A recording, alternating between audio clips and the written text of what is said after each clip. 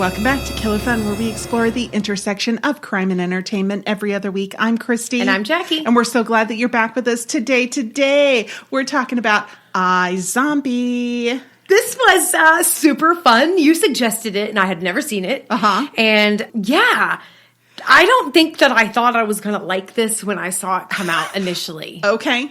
I don't know why. I don't, and I am remiss. Were you not into zombies? It's not that. I think it was the play on the iZombie, and I was like, oh, that was a stupid name. It was a stupid name. So it was a stupid name, and if you couldn't come up with a good name, then I can't imagine the writing. Oh. So but it's written by the people who did Veronica Mars. Yes! Which, of course, you hadn't watched that either. I had not. You didn't have a frame of reference to forgive a possible misname. Right. I didn't. So, yeah, it is pretty cool. Yeah. Teen-geared procedural with a supernatural twist. Yeah. Super fun. Super fun, but not just wholly supernatural either. Like, it's rooted in, like, a kind of a sci-fi version of it, which I kind of like. I mean, it's sci-fi, but the science is really heavy. There's a lot less... there's not so much like space things going on as you get further into the series. It's a lot of like interesting science and things. I don't know. It's interesting. Yeah, that's what I love. I mean, when I say sci-fi, I don't necessarily always mean like space or anything like that. I mean, just science fiction. Right. And sometimes that's medical, and sometimes that's physics, and sometimes it's all kinds of stuff. So, yeah, I love it. Yeah. It's cool. It's fun. As I mentioned, created by Rob Thomas, writer, producer, director, not the lead singer of Matchbox 20. We talked about that when we talked about Veronica Mars. Though, at some point in this show, I don't remember when it is, because I watched, I want to say the first 2 or 3 seasons of this show while it was on, and then there was a different way to watch it than what I was accustomed to, and I wasn't going to go hunt it down. Gotcha. Like we had, I don't know, Sling or something, or I started on cable, and then we had Sling, and then it went off Sling, or we canceled Sling, and I didn't hunt it down after that. But they made fun of Rob Thomas, the singer of Matchbox 20. In this show, as well as in Veronica Mars. It was super fun. That's pretty funny. Yep. And he also did the 90210 reboot. And he worked with Diane Ruggiero-Wright, who was a writer and producer on Veronica Mars and this show, and Bates Motel. I loved that. Yeah. That was so good. Yeah. I loved it. Yeah. You didn't like it so much. Yeah. I think we watched a few episodes, and I had a hard time getting into it. Man. But I was trying to watch it with my husband, and I tend to be a little more critical of things when I watch with him. Like, if he's not into it, I might be like, well, maybe I don't need to watch this anymore either. Not because I am that easily influenced, but I'm like, well, if he doesn't want to watch it... It won't be fun. This is the kind of show that's more fun to watch with somebody else. And if I can't talk to him about it, I don't want to watch it. I totally get that. Yeah. Because just recently, my husband and I were trying to get back into Handmaid's Tale because he has not finished what is out yet. Okay. So it was like, okay. But every time he watches it, he's just not into it. Okay. But then it's like he tries to convince himself that he is. And so this past week, I like literally went on the mission of telling him to stop watching this show. Oh, there you go. Because like I just felt like you don't like it. I guess we'll just talk about it now. We're going to talk about the first episode of season 3 next time, because the next time we release an episode, the season 4 will have just premiered. Yes, I'm so excited. Yes, me too. I'm so excited about that. So. Yeah. Anyway, iZombie. iZombie. We really went on a thing with that. Okay, so yes, let's talk about iZombie. So, Rose McIver plays Olivia Moore. She was in Once Upon a Time and The Lovely Bones. Malcolm Goodwin plays Clive Babineau, and this is his meatiest role, but he's no stranger to procedurals. He's had small parts in the TV series FBI, Bones, CSI, Law & Order, and lots of other stuff. Rahul Kohli plays Ravi Chakrabarti, And he's in the haunting of Bly Manor. Oh. We're not hunting a house. It's being haunted. Which was really good. I haven't seen that. Oh, it was good. It was the Haunting of Hill House was the first season. Right. And the Haunting of Bly Manor is the second season. Okay.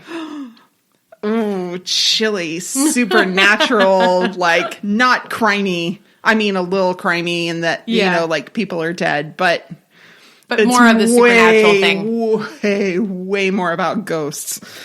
Robert Buckley plays Major Lillywhite, and I know his name is so funny. I just can't with his name. Did you ever watch How I Met Your Mother?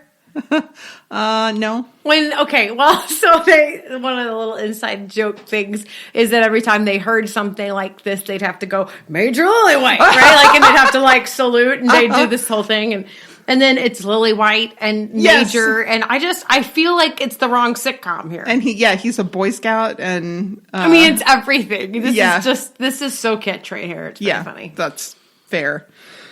He was on another teen drama, One Tree Hill, and predictably, with his classic good looks, he's been on more than one Hallmark-style Christmas movie. I can totally see that. Me too, because he's just so classically pretty. Yeah, he's just, yes, exactly. He is Major Lillywhite, and yeah. Do you like those? Do you watch those, the Hallmark things? Like, I have to be in a mood. I have friends who are like, what is the schedule for the Hallmark Christmas movies? Because I don't care that they all have the same plot and that the same 6 actors are in all of them. Yeah. They don't care, which is totally fine. It's totally fine. I like every once in a while, I will put one on. Yeah. But no, I mean, I don't like seek them out. I have to be in a mood. And I'm less and less often in the mood these days. Do you ever watch them? No, like hard no. If you had said yes, I'd have been shocked. Yeah, you're right. No, I can't even with that. And I think also, not only is it really not my style, but also when I am a Golden Girls fan. And anybody who is a big Golden Girls fan knows that the problem is that these stupid movies come on twice a year, okay? Not just at Christmas. They do their whole Christmas in July thing, too. And they kick the Golden Girls off to do all those movies. And so all the time, for over Christmas, when all you want to do is, like, enjoy the Golden Girls and the Christmas stuff, and they kick them off. And so, you know what, though? They're elsewhere now, Hallmark. So, ha, ha, ha, ha, ha, to you. Fiddle-dee-dee to you. So, that's that. So, if I didn't hate them enough, I'd be like, boycott anyway.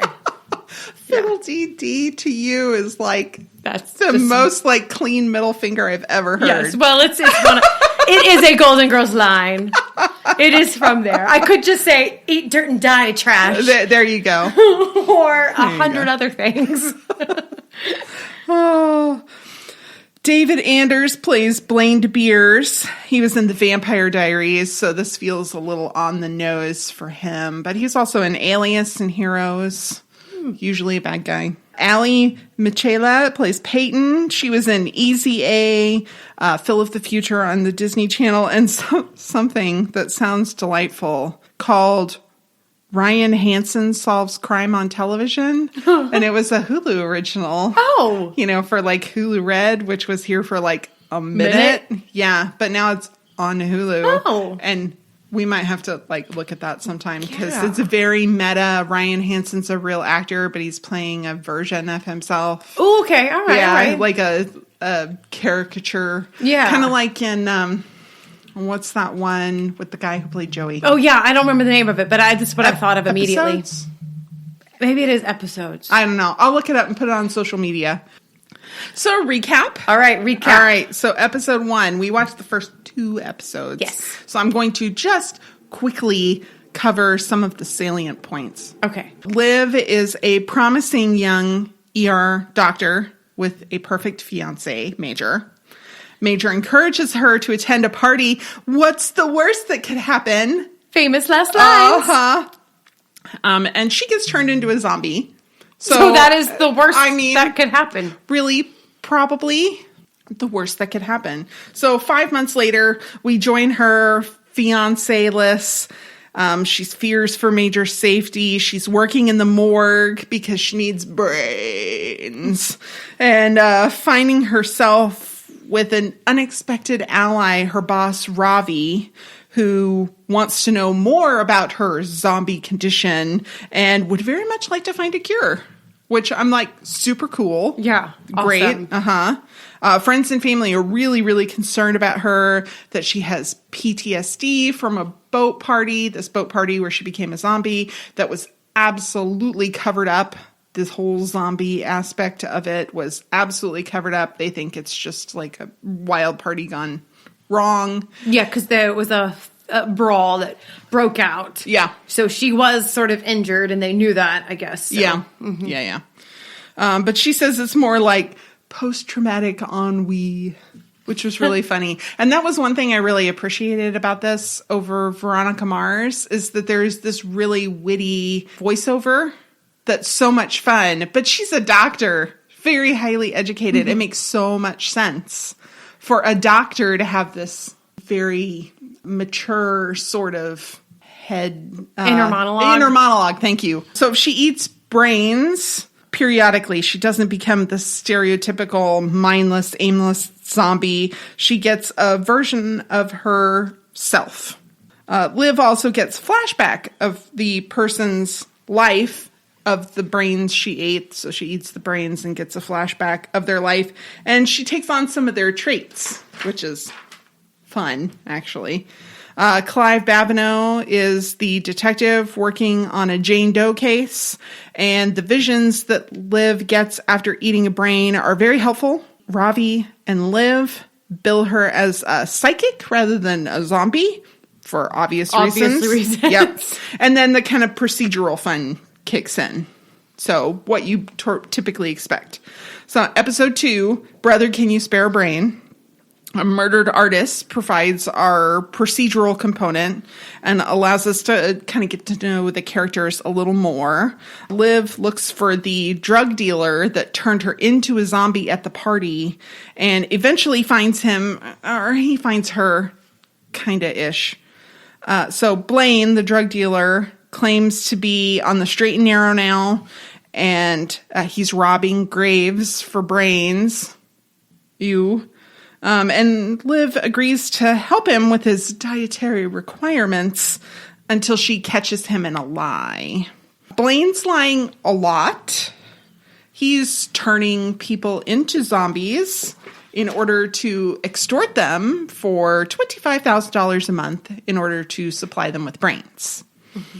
So the procedural part of the show is interesting enough, but I really think the fascinating storyline is the twist on the mafia extortion part of providing people with brains with this overlay of zombies. Mm-hmm. It's pretty interesting. Yeah. Yeah. Without spoiling it too much. That's as much as you need to know right now. So the show, it ran on the CW from 2015 to 2019. And listen to this. The genre is kind of hard to pin down because they have it as comedy drama, crime, horror, and police procedural. Like, okay. All right. It's all of those things. All of the things, yes. Yes. And see, on Google, sci-fi. Oh, really? Well, that fits too. It does fit too. All of it fits.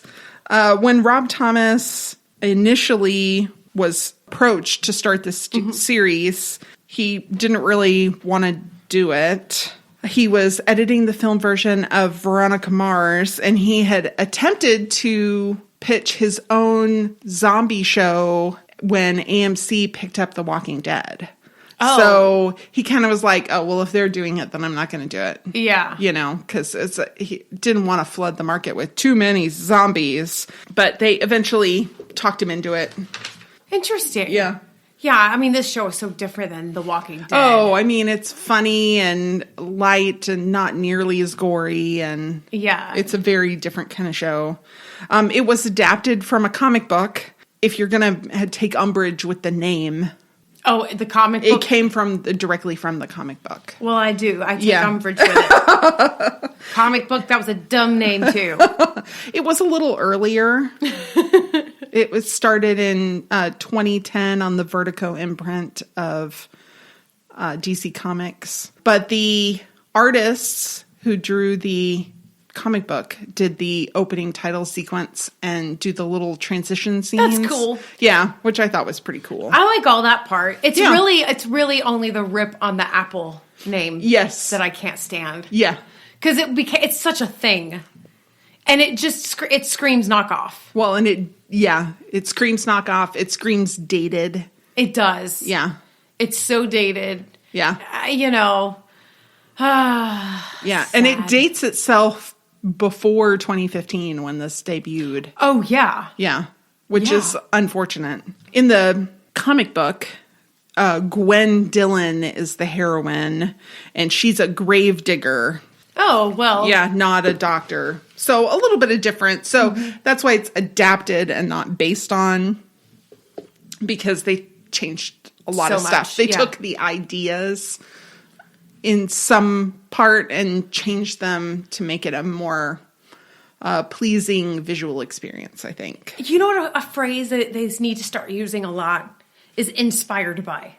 Yeah, there you go. They just need to use the word inspired by, because they still can give credit, because they need to give credit where credit's due and work with people, but just say inspired by it. Like, it covers all the bases. Right. Like, nobody expects it to be like the comic book or anything like that. But if you say adapted, you might mean adapted for screenplay, which can be very close to it or very different. Right. Or based on, can be very close or very different. Inspired by? There you go. Open door. Yeah. It really kind of covers the whole what's happening here. That's right. So Hollywood, if you're listening, do that now. Yeah. Okay. Inspired by. Inspired by. Yeah. So early on, the reviews were pretty mixed. Some really liked it, like the Philadelphia Inquirer. In this article by Tirdad Derkashani, said, unlike many of its CW compadres, post-teenage angst dramas that take themselves far too seriously, iZombie is delightfully ironic take on the horror genre. I like it. Yeah, because whereas like I know they were thinking of Vampire Diaries or the originals, which is a spinoff of Vampire Diaries, they took themselves very seriously, very, very seriously. It was a drama and not supposed to be particularly funny. Yeah, I remember that a lot from, because there's a few CW shows that I kind of liked, and they take themselves very, very seriously. Yeah. Even when it's sci-fi and things like that. They're just. They say, Liv is trapped in the pilot episode during a zombie virus outbreak that kills virtually everyone it touches. She survives, but not quite intact. She loses her all-American prom queen beauty, instead emerging as a castaway from a drug-addled goth hoedown. It's like, yeah, that's it. Yeah, the style is very funny, but and the cop nails it. He's like, "What are you? What are you, like emo goth?" Like, he rattles off all of these things, and it's like, yes, sure, yeah, sure, whatever. I want to be like, no, she's Gen X. Okay, yep.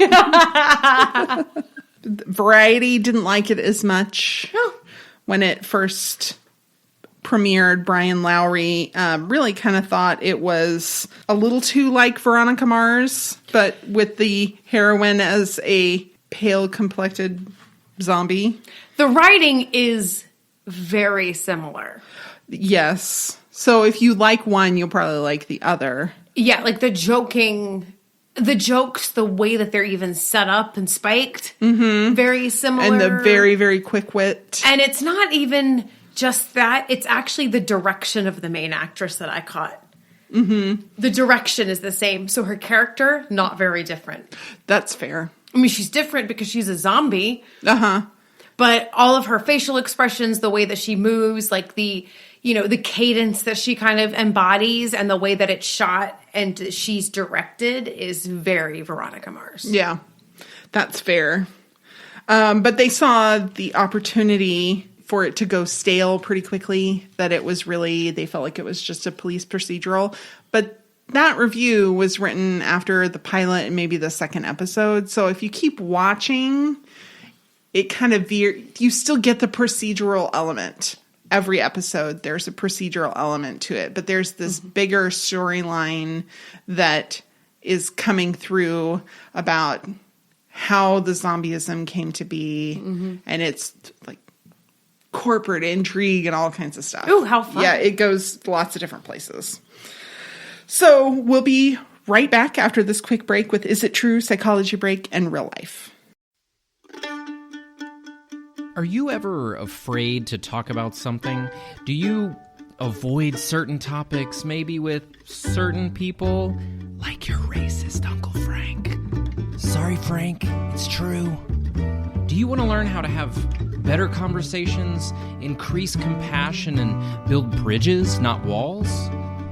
We Don't Talk About That with Lucas Land is the podcast where we do talk about that with me, Lucas Land. Get it wherever fine podcasts can be found.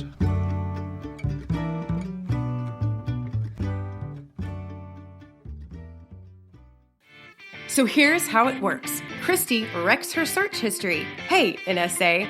We promise it's nothing more nefarious than a podcast. To find out what's true, some of the psychological motivations behind the characters' actions, and real-life applications that relate to our topic. I have no idea what Christy decided to look up. Could be the same thing that captured my curiosity or something I never thought of. Is it true? So Ravi was amazed at Liv's slow 10 beat per minute heartbeat. So that got me wondering, what's the real heartbeat?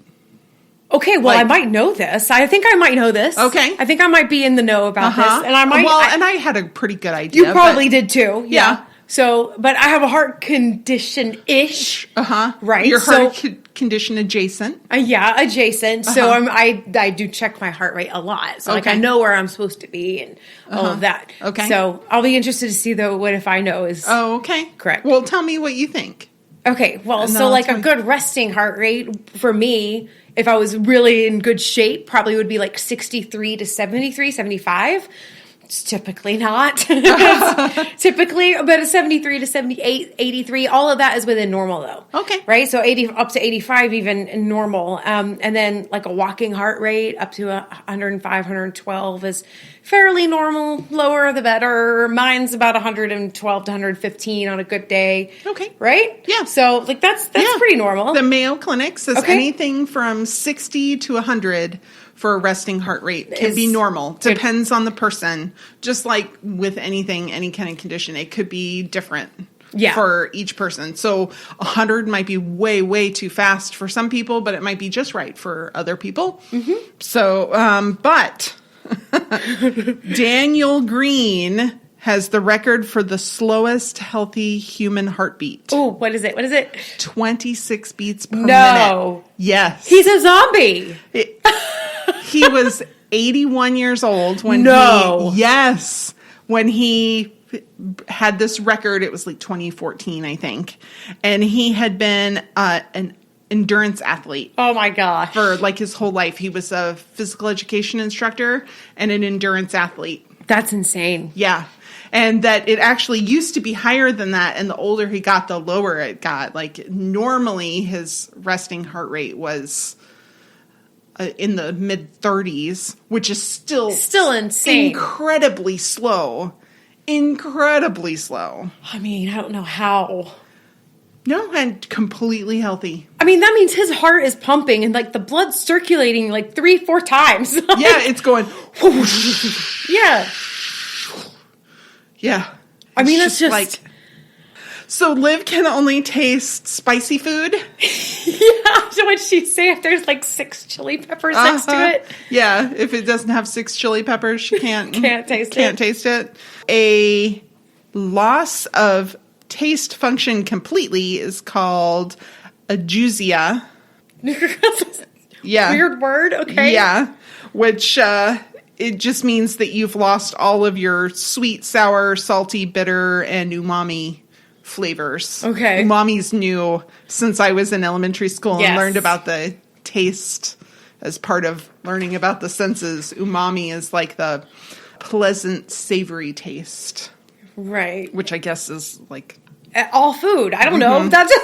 yeah, like everything. Yeah, all the things that I love. All the things I want to eat. Okay, wait. Is this the same... Is that the same thing as the symptom in COVID? Yes. Or is it different? Yes, that its causes are extremely rare. True adjusia is very, very rare. Okay. But COVID-19 is one of the things that can cause it. Yeah. Even with COVID-19, I think it's really rare. Oh, really? As far as true, complete adjusia. So there's hypojusia, which is a reduced ability to taste and smell. So this is what she has, because she can taste. Exactly. Okay. Yeah. As long as it's spicy. As long as it's really spicy. So I guess spicy just breaks through. Well, spicy does break through. It'll punch me in the face. Yeah, well. So, but there are a lot of causes of hypojusia. It's such a silly word. It is a silly word. Upper respiratory infections, sinus infections, middle ear, poor oral hygiene can cause it. Exposure to chemicals, surgeries of the mouth and nose area makes complete sense. Radiation therapy for cancer, antifungal medication, antibiotics, some statins can cause it. What about like a pregnancy? Like when things change and things that tasted good, now you can barely taste, and kind of then things flip. Is that different? I think that's different. Okay. I think that's a different sort of condition. And you can treat it. Some people have had success with smell training. I heard about this.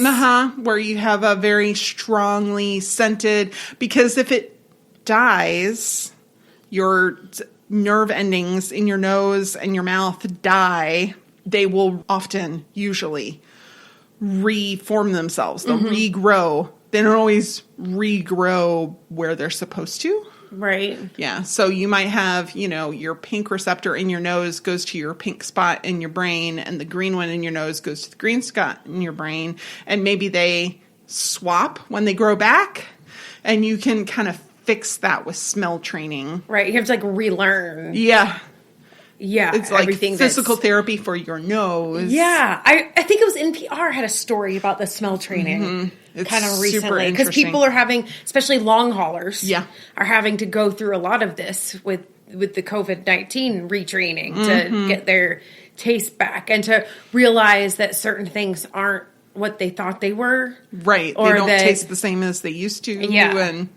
Yeah. So, and some people, they get it back pretty quickly. It's only a week or two or a month. Yeah. And some people it takes much, much longer. I can't imagine that. I feel like that would be so awful. I mean, there's a lot awful about it, but I think the one that might affect your life long term would be something like that, where you lose your taste or smell. Like the few joys that we really have in pandemic life is being able to eat things. And if you can't taste it, what fun is that? Well, it's true. I mean, and then it changes your relationship even with people. Yeah. Okay, for instance, when your relationship with food changes and it changes differently than our spouses, there's a lot of work that goes into making all that happen. Yeah. So it's just really, I can't even imagine it. Yeah. Not being able to taste. No, I don't think it would stop me from eating, though.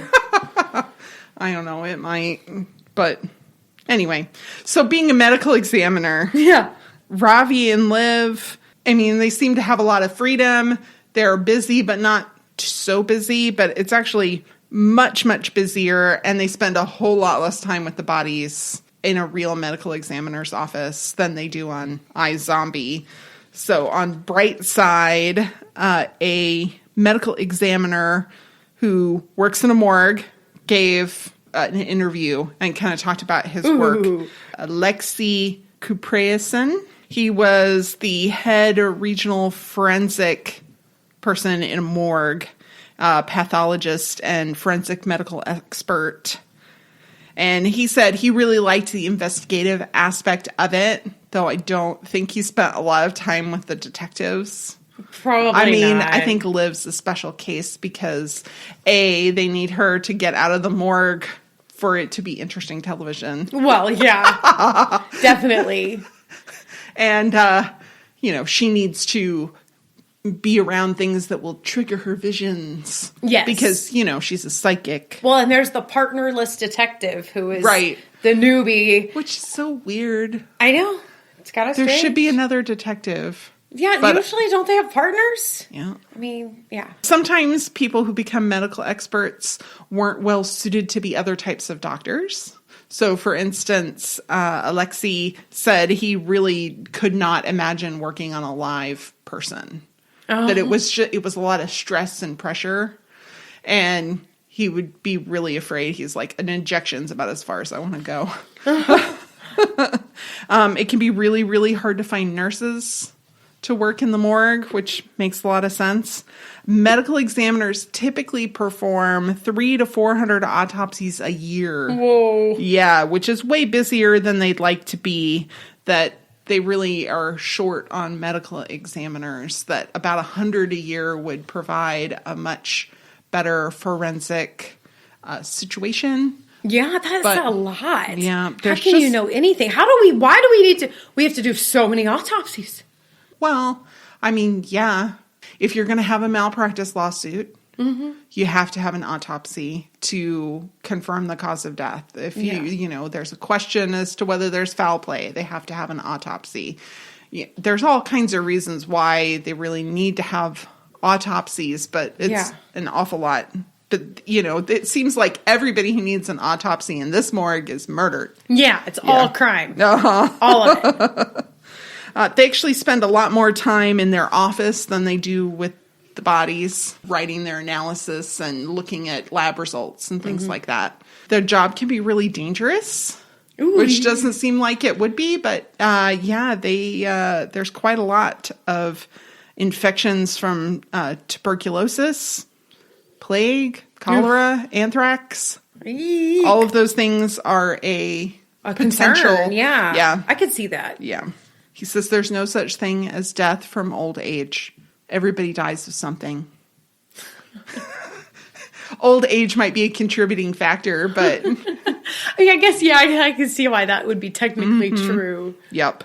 He said you hear stories about people coming back from the dead in the morgue. But in his practice, he only saw 2 cases of this, which I'm like, only 2? Just only 2? Yeah, because 2 seems like a lot to me. Me too. He said both times it was an alcohol-induced coma. Oh my where gosh. their breathing and their heart rate slowed like to 10. Very dramatically. Yes. And they woke up when they sobered up and walked out on their own 2 feet, both of them. Oh my gosh.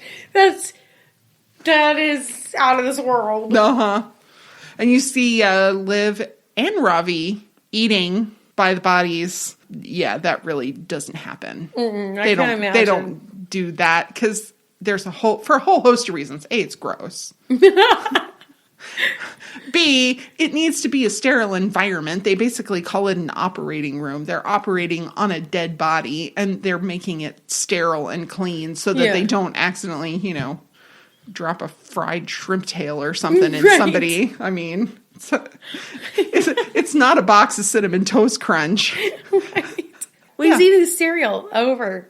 Don't do that. Splash milk onto this person. Yeah, and then if that's where you take the blood from, all of a sudden things are messed up. Weird. Yeah. In the show, the first episode, the pilot, there was a sex worker, and when she got arrested, she gave the name Stephanie Germanata. Okay, yeah. That is indeed Lady Gaga's name. Lady Gaga is her name. That's her professional stage name. Right. Stephanie Germanata is the name she was given. Right. Yeah.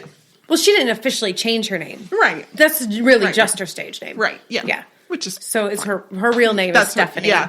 But yeah, if you don't know that, you would. Yeah, if you don't know that, it'd be like what? Yeah.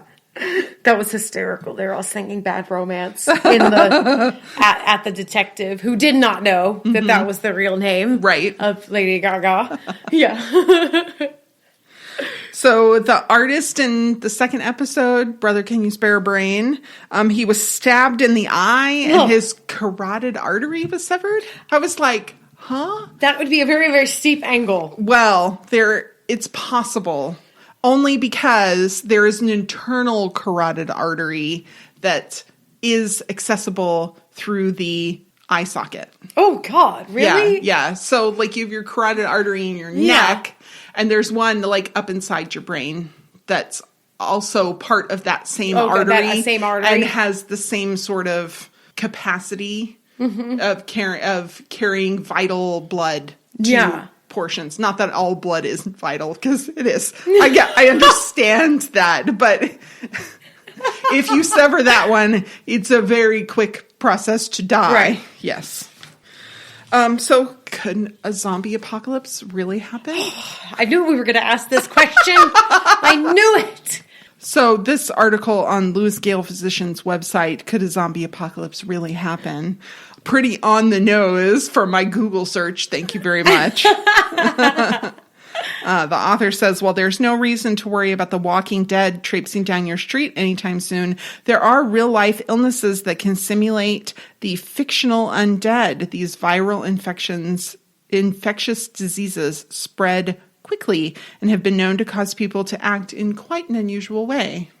So rabies can cause people to kind of behave like zombies. Zombie-ish, erratic, bizarre behavior such as biting, thrashing about, spasms, delusions. Then there's sleeping sickness, which is found in southern Africa, and it's a microscopic parasite, the tsetse fly. And the later symptoms of it, when the parasite infects the brain, not infects, that's not really the right word. When they penetrate the brain, they start eating things, which is horrible. Poor motor coordination, confusion, behavioral changes, sleep disturbances. Then there's the Creutzfeldt-Jakob disease, mad cow disease. Oh, yeah. Yeah, which makes sense. And it can be up to 20 years before symptoms develop from that. So if you eat tainted meat, it could be quite a long time before that happens. And the early phase is psychiatric symptoms like depression, anxiety, memory problems, pronunciation of words. Maybe I have it because I'm having a hard time pronouncing words today. Then there's the middle phase, which is they have a strange gait, which is kind of associated with zombies. Yeah. And then the late phase is muteness and immobility total. So that's interesting because it begs the next question. Like, did our artistic representation of what we call zombies come from these diseases before we really understood them? Or is it a coincidence that we've created this artistic representation of what we consider to be the undead, and there happens to also be these diseases and there's just overlap? No, I think that there's somebody who saw that and was inspired by it. I don't know what is wrong with that person, but look at them. They're dragging their foot and they're pale. And they look like and they just don't speak. Crawled out of the grave. Yeah, exactly. Yeah. Exactly. Okay. Yeah. All right. Okay. I think it's... so it really boils down to your definition of zombie. Well, right. Exactly. And iZombie kind of plays fast and loose with it. A little bit. But he does tell her, you're not dead, you're undead. There's a difference. That's right. And he believed, like at least in the first couple, that it really was some sort of disease, parasite, something. Mm-hmm. And that's why he thinks he can maybe cure it. Mm-hmm. All of the sources that we use to inform our discussion here on Killer Fun Podcast can be found on our social media. Join us on Facebook at Killer Fun Podcast, exploring the intersection of crime and entertainment. You can find us on Twitter at Killer Fun Pod, or you can send us an email at killerfunpodcast@gmail.com, and I'd be happy to share a link to whatever information you're looking for. We love to hear from you. You might learn a little something too. Psychology break. Psychology break. So kleptomania. Liv takes on some of the traits of the person who used to own the brain, which she eats. It's like a really intense form of mirroring. And so the first episode, the sex worker whose brain she eats in order to get visions and to keep her from not being a stereotypical zombie, is kleptomaniac. And that's a psychological disorder. An impulse control disorder. A lot of people think it's just shoplifting, Yeah, no. But it's not really shoplifting. So from the Mayo Clinic, it says, unlike typical shoplifters, people with kleptomania don't compulsively steal for personal gain, on a dare, or revenge out of rebellion. They steal simply because the urge is so powerful they cannot resist it. Well, and they actually did a great job of representing it because she steals like benign little objects. Yeah, and everything was red. Everything was red, and she couldn't help it. Like the stapler, like she just had to have it, right? And like it means nothing, but she just had to take it. She had to take it, and it's a lot of people with kleptomania tend to steal from friends or acquaintances. They also steal from stores, public places. It happens spontaneously, just like it was depicted in the show. Not planned. Not planned at all. Which I thought was a really good continuity moment in the show because it actually is what pointed you away from her as being the culprit of the stealing of the ring. Right. That caused the murder. Right. Because she wouldn't have called to her. It wouldn't have been something that valuable. It wouldn't necessarily have been it. Right. And it wasn't red. And it wasn't red. Yeah. Usually the person can afford to buy the items and they tend to not use them. They'll stash them away or give them to people. People tend not to seek treatment for kleptomania because they're afraid they're going to end up in jail. Yes. But we don't know the root cause. It may be a serotonin issue. We talked about this with the one where they have low serotonin, which is why low impulse control. Usually it's women, usually in their teens or 20s. Is when it manifests. Yes. Yes. If you have a first degree relative with some sort of obsessive compulsive disorder or a substance abuse disorder, you might be slightly more likely to have it. It's a risk factor. And very often people with kleptomania have other situations happening in their mental health. Right. There's a high rate of comorbidity.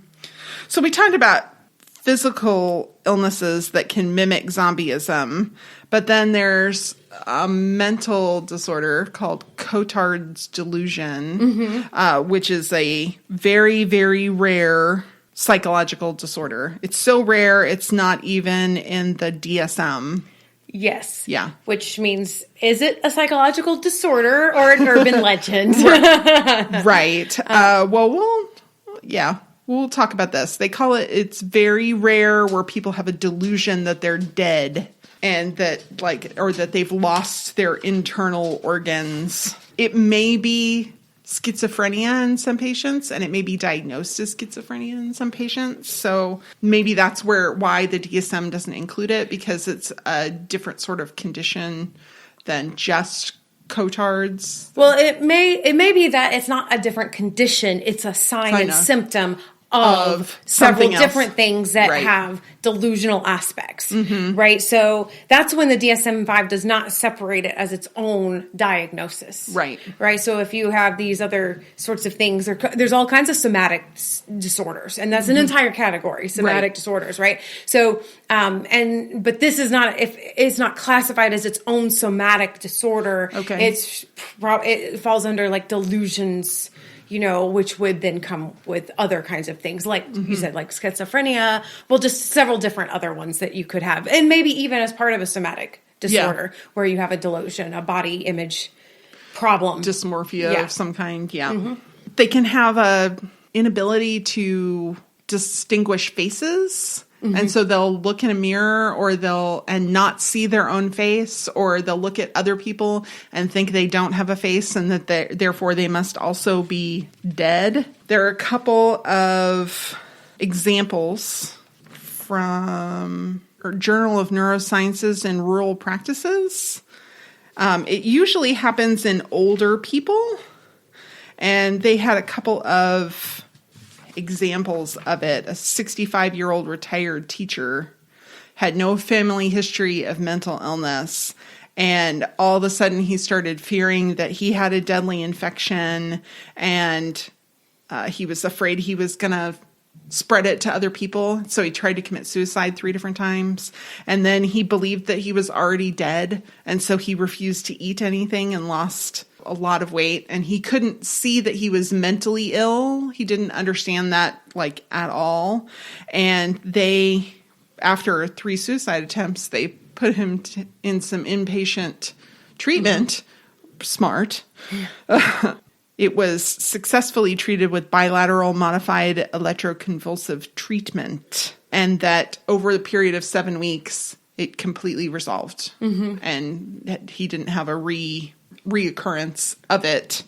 And then there was a 62-year-old woman who was suffering from bipolar for 35 years. So she had kind of a different situation where she had something else going on, but she really thought she was missing body parts and that her family members didn't exist.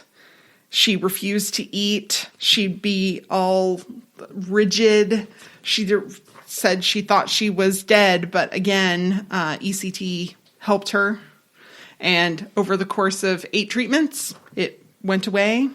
And that it's thought to be more common in older people and women. But again, it could be a symptom of something else. Yeah, well, it is. I mean, if it's a type of delusion, right? Yeah. Then there's a lot of diagnoses that include delusions, including things like dementia. Yeah. Which is why you're going to see it in older people, right? And then, of course, certain diagnoses are more common in women, which include things like bipolar. And so you get hypermanias, and then when you have those, you have a predisposition towards other types of delusions and things. And so you're going to see it more in women only because all the things that might facilitate a delusion in general, you're going to see more often in women. And women live longer, so we're going to get to dementia a lot first anyways. You know, like it's just stacked against us, y'all. No, it is rare. And there are some other diagnoses out there where you lose your familiarity with your family. You think that they've been taken over, and it's really because you've lost the memory of their voice. You can't. Or their face, like you cannot recognize them anymore. Right. So you might see their voice and it's them, but when you see them, you're convinced that they're an imposter syndrome. And so, there are certain interesting delusions out there, and it's really hard because the brain is so complex. It's hard to nail down where these neurocircuitries are going wrong. But this is where ECT is so helpful, is that we can't really pinpoint, this little circuitry is off. We just have to fix that. But we can hit it, targeted, but a little, macro. It's still targeted as far as we're concerned, but as far as the brain's concerned, it's pretty macro. Yeah. But it helps to kind of start things refiring. Yeah. Let's line everything back up. Yeah. And remind you that you're alive. Hey, you know what? Everything needs a power cycle from time to time. When broken, turn it off, turn it on again. But ECT, people don't think electroshock therapy is happening, but it is. It's just a new thing. It's a new form of it. Right. And it's much less problematic and dangerous than it once was. Right. But that was because it was being misused. Right. We have more regulation that keeps people from being punished with it or overdone or experimented on outside of, but it is still the same sort of things. And then we have newer versions that are even more targeted. Yeah. We can even implant so that it continues to give like a small shock. They use this especially for seizures, Parkinson's disease, for tremors, things of that sort, where they inject a little bit of electrode and it just continues to fire. It's almost like a pacemaker, but for your brain. So it will reduce seizure symptoms, and it will reduce tremors and things of that sort. It's really kind of amazing what they're able to do. And they even have started using it for things as more common, like depression. Okay. For major depression, it can actually really help as well. Well, it can be a lifesaver. Yep. Because those people are more prone to suicide. Yes. So depression is the number one risk factor. Well, having attempted suicide before is actually the number one risk factor, but depression is like the one. Yeah. That's the one.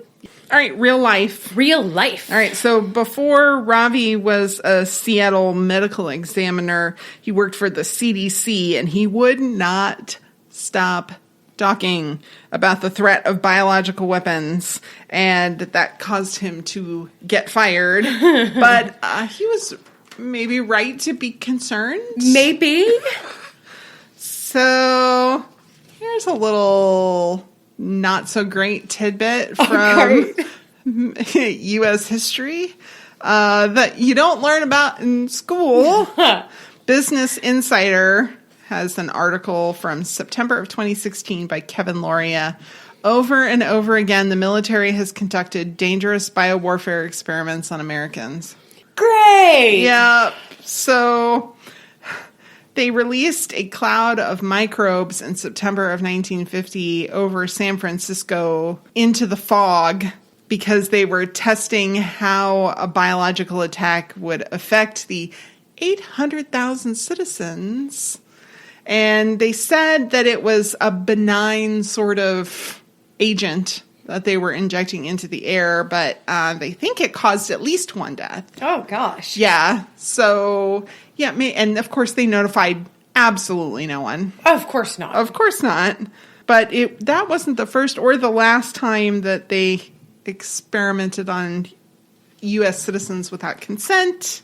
Of course, there's the Tuskegee trials. Oh, yes. Yes, where they injected black Americans with syphilis, which is horrible and awful, and no wonder they're not super interested in medical things provided by the government. Don't blame them. In public hearings, the Army claims that they used harmless stimulants in their testing of biological weapons, but they're all considered pathogens now. Maybe then they were harmless stimulants. They're all pathogens now. It's not great. And they did a lot of testing where they would spread bacteria and chemical powders to see how they dispersed across the country. And one of them was zinc cadmium sulfide, which is really controversial now. And they did this from Minneapolis to St. Louis. Wow. Yeah. Really not great. And of course, they did tell the people in Minneapolis that they did this over schools. Oh my gosh. I mean, really, really bad. They told them about it, and they said that they were trying to test a measure to put smoke screens over cities that would make it more difficult for other countries to bomb those cities accurately. That's what they told the people. Okay. Yeah. And then they watched how it spread across the country, and it's so not great. Wow. And the whole article is really, really interesting. But biological weapons aren't new. Oh, no. They're not new. So, before the 20th century, the first recorded use of biological warfare, and this is from Britannica.com, occurred in 1347 when Mongol forces reported to have catapulted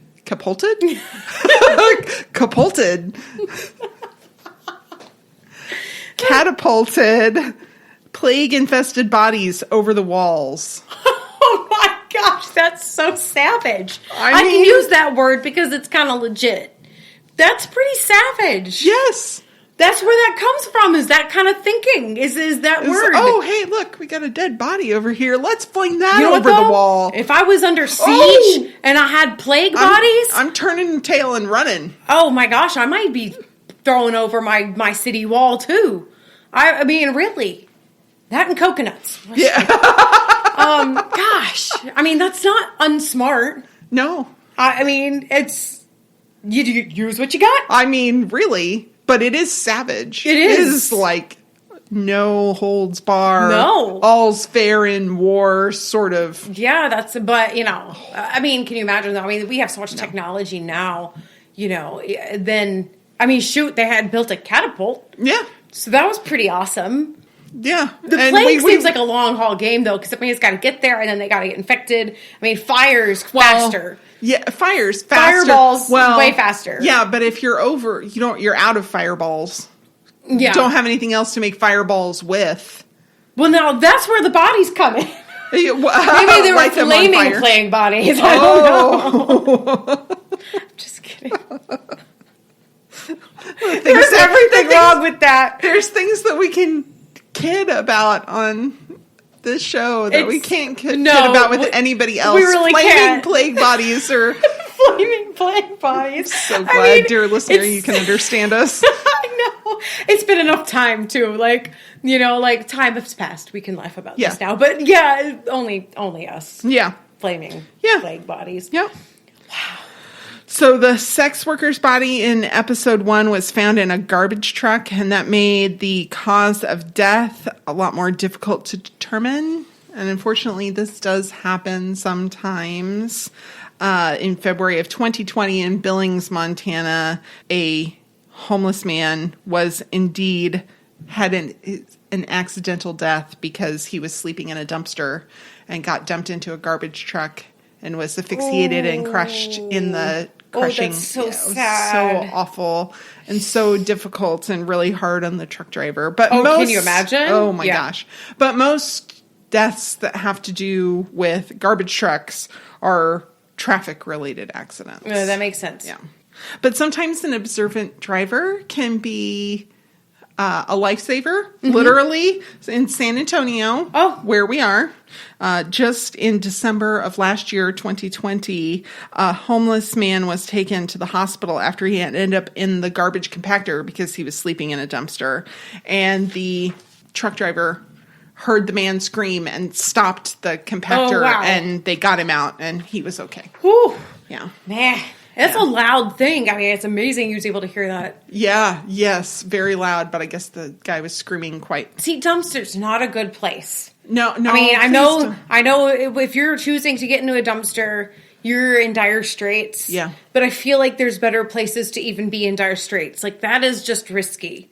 I mean, most dumpsters don't have it posted when their pickups are. Right. So, I mean, if they post it, that's what they need to do. Really? They need to post their pickup days, because if somebody were to just, need shelter immediately. Yeah, I'm going to freeze to death. I need to get, so at least they could see, okay, well, then I have a day or two. Yeah. But I don't have to worry about in the morning. Right. That this is going to occur. Right. Right. Exactly. So, I mean, little things you can do, which sounds stupid. You're like, well, why don't we help them far more than that? But sometimes you got to start at the little stuff, right, and then build from there. Yeah. But also, in the pilot episode, there was a meteorologist with a silly name, Johnny Frost. Are they stage names or happenstance? I hope that one's a stage name. Yeah, I'm sure that one was. Yeah. But, sometimes both. Yeah. So Tree Hugger had an article about it, 16 meteorologists with ridiculous names. And they talk about how,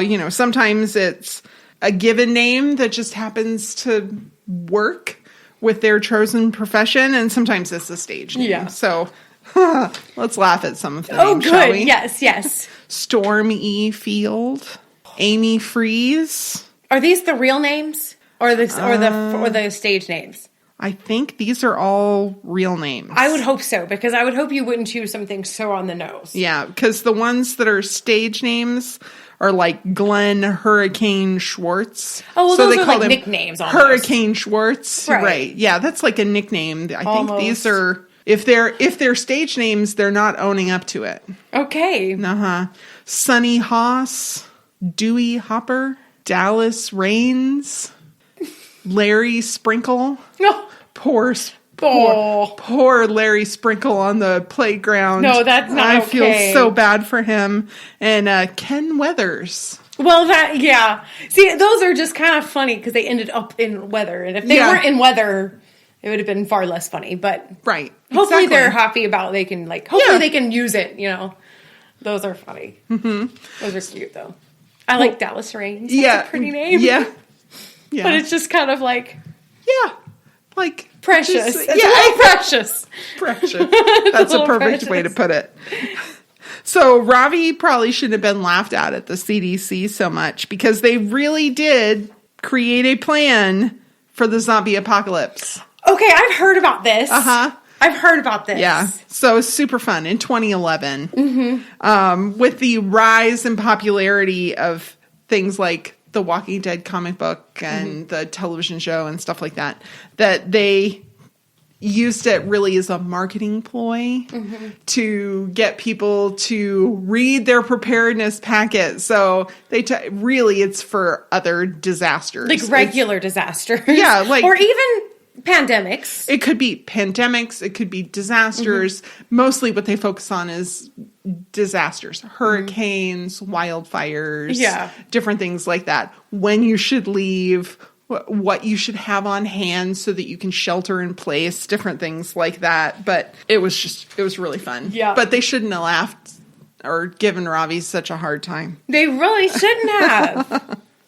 So in the second episode, Brother, Can You Spare a Brain, the artist's work shot up in value right after his death. Oh, yeah.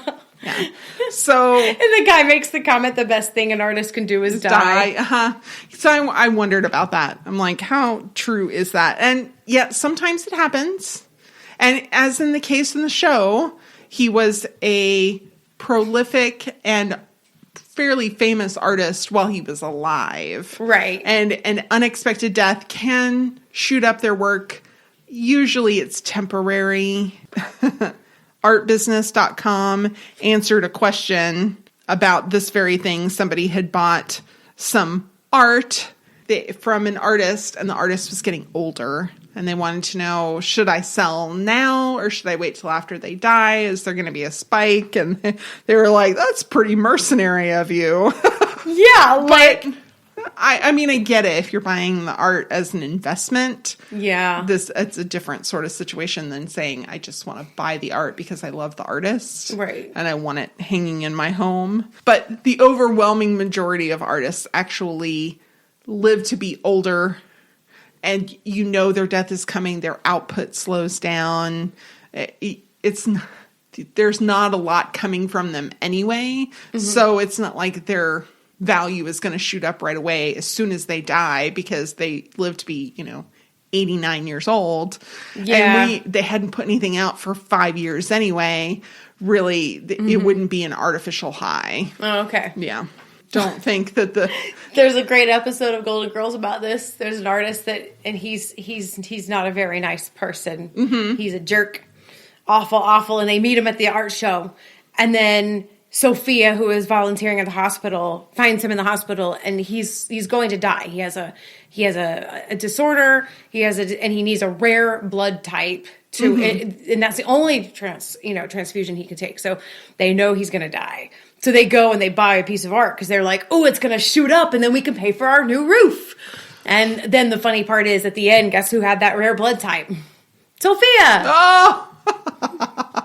And she saves him because she's a decent person. Yes. And they lose their money. And then she does this crazy deal with the roofer guy because he's a fan. Anyway, the ending is very funny, but she saves him. And but the whole premise is that, as soon as he dies, it's going to shoot up in value. Yeah, that's not really how it works most of the time. Now, that I would say somewhat accurately portrayed in iZombie because it was a unexpected death. And you got to imagine the way the culprit, once they're found out, would have added to the mystique. Yes. Yeah, so still would have been quite exciting. Mm-hmm. Yeah. That's cool. Yeah. Man, a lot of surprising, a lot of not surprising. Uh-huh. We thought about a lot of the same things. Yeah. Yeah. That's good. Excellent.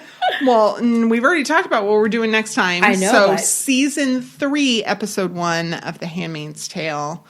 It's been a while since I've watched this, so I'll be interested to watch it again. Yeah, me too. Then I'm sure I will binge the rest of the season so that I can be all ready I know I need to be all ready for season 4. I think we're going to do the first episode of season 4 right after that. We have to. I mean, absolutely. Yes. Yeah, I'm going to be chomping at the bit. Yes, me too. Because once I've seen it, I'm always like, it kind of cools a little bit after. Yes.